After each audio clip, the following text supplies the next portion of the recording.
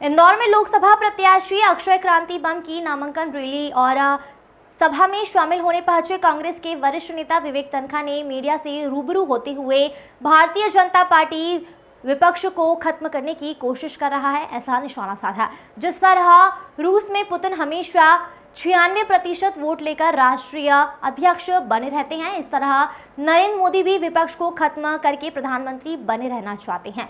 लोकतंत्र पर इस तरह के खतरे से बचाने के लिए लोगों को विपक्ष को मजबूत कर मौका देना चाहिए, क्योंकि यदि लोकतंत्र खत्म होगा तो भारत का अस्तित्व भी खतरे में पड़ जाएगा। नाम कमाया कई बार मुझे और सुप्रीम कोर्ट के जजेस और अन्य अधिवक्ताओं को मौका मिला अक्षय की कॉलेज में आने का, और वहाँ आके समझ आया कि ये बड़ा समझदार, शालीन और अच्छा व्यक्ति है। देश के बारे में सोचता है, कानून के बारे में सोचता है, विद्या के बारे में सोचता है। तो बहुत दिनों बाद जीतू भाई आपने एक ऐसे व्यक्ति को टिकट दी है जो कानून और विद्या से जुड़ा है। इसके लिए मैं आपको धन्यवाद देता हूं, क्योंकि मैं काफी परेशान रहता हूं जब मैं देखता हूं कि पढ़े लिखे लोगों को प्राथमिकता नहीं मिलती है इस आज की राजनीति में, और बिजनेस वालों को ज्यादा प्राथमिकता मिल जाती है क्योंकि पैसे है उनके पास। तो पैसा देश का मापदंड नहीं हो सकता, विद्या ही देश की मापदंड हो सकती है। दूसरी बात, मैं तो कांग्रेस पार्टी का वकील भी हूं। 3 महीने से मैं कांग्रेस पार्टी का झंडा लड़वाता। 13 फरवरी को मुझे फोन आता है कि कांग्रेस पार्टी के पूरे खाते बंद कर दिए गए। मैं सिंगापुर जा रहा था, मैंने सिंगापुर से बहस की, फिर लौट के आया, फिर से बहस की, और आप मानेंगे नहीं, इनकम टैक्स एपेलेट ट्राइब्यूनल के सामने वो केस चल रहा था। अभी हमने मंजूर कर लिया कि साहब 20% आप हमसे टैक्स ले लीजिए और हमको स्टे दे दीजिए, जो कि सामान्य बात है। जो नहीं देना चाहते उनको भी मिल जाता है, हमको नहीं दिया गया। और 135 करोड़ रुपए कांग्रेस पार्टी के खाते से उसी वक्त निकाल दिए गए। मेरे को बड़ा खराब लगा। ये कैसा देश है? मतलब आपकी जो इंस्टीट्यूशंस हैं आज सामान्य रूप से लोगों को बचा भी नहीं पा रही है। दूसरा, जब हम हाई कोर्ट गए वहां भी निराशा हुई, पर जब हम सुप्रीम कोर्ट पहुंचे तब तक हमको 3,560 रुपए का टैक्स का नोटिस और आ गया, डिमांड नोटिस कांग्रेस पार्टी को, जबकि पार्टीज को कभी टैक्स नहीं लगता है। तो भी उन्होंने कारण बताए और हमको टैक्स का नोटिस, डिमांड नोटिस थमा दिया। हमने वो भी चैलेंज किया, हाई कोर्ट नहीं माना, हम सुप्रीम कोर्ट में है।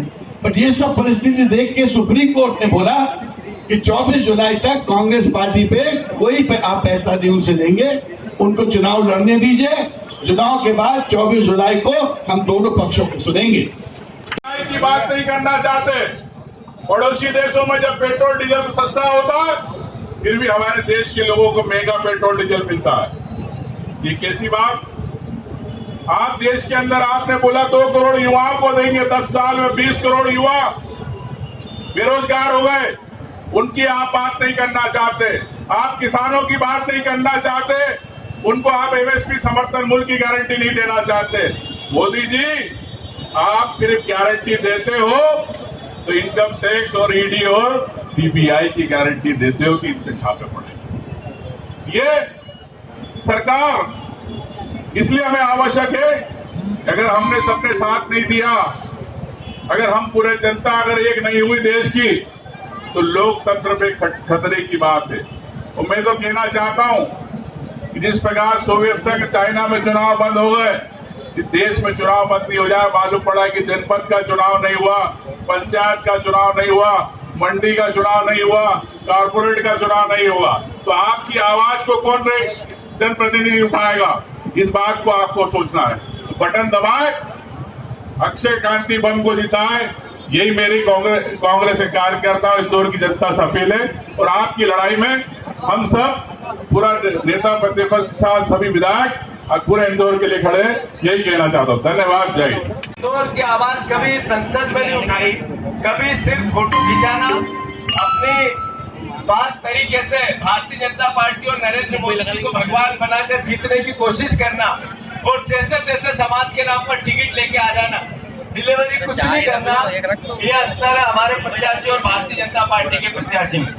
मैं इतना ही कहना चाहता हूँ कि ये सामान्य चुनाव नहीं है, खासकर हमारे परिवार के वो साथी जो कांग्रेस पार्टी से, जो संविधान से प्यार करता है, जो भारतवर्ष के आत्मा से प्यार करता है, तनखा जी, अरुण यादव जी, उमंग सिंगार जी और जितने भी हमारे जिला कांग्रेस कमेटी की ओर से, शहर कांग्रेस कमेटी की ओर से जितने भी हमारे मंच पर सम्मानित नेतागण हैं और जो समस्त जिला और शहर से पधारे सभी हमारे सामने है।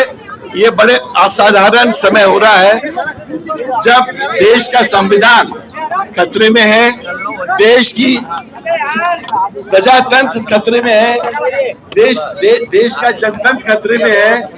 देश के जो तमाम बड़े बड़े संवैधानिक और बड़े बड़े इंस्टीट्यूशंस हैं इस वक्त वर्चुअली कोलैप्स कर रहे हैं। बीजेपी एक छत्र राज चाहती है, एक पार्टी का राज चाहती है, वो नहीं चाहती कि कोई दूसरी पार्टी पनपे या बने रहे।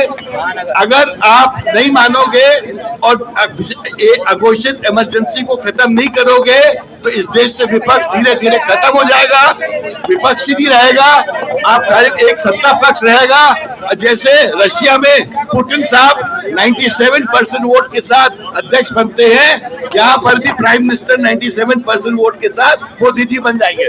तो मेरा यही कहना है, प्रजातंत्र को बचाओ, जनतंत्र को बचाओ, इस इमरजेंसी को खत्म करो और भय की राजनीति को का अंत करो।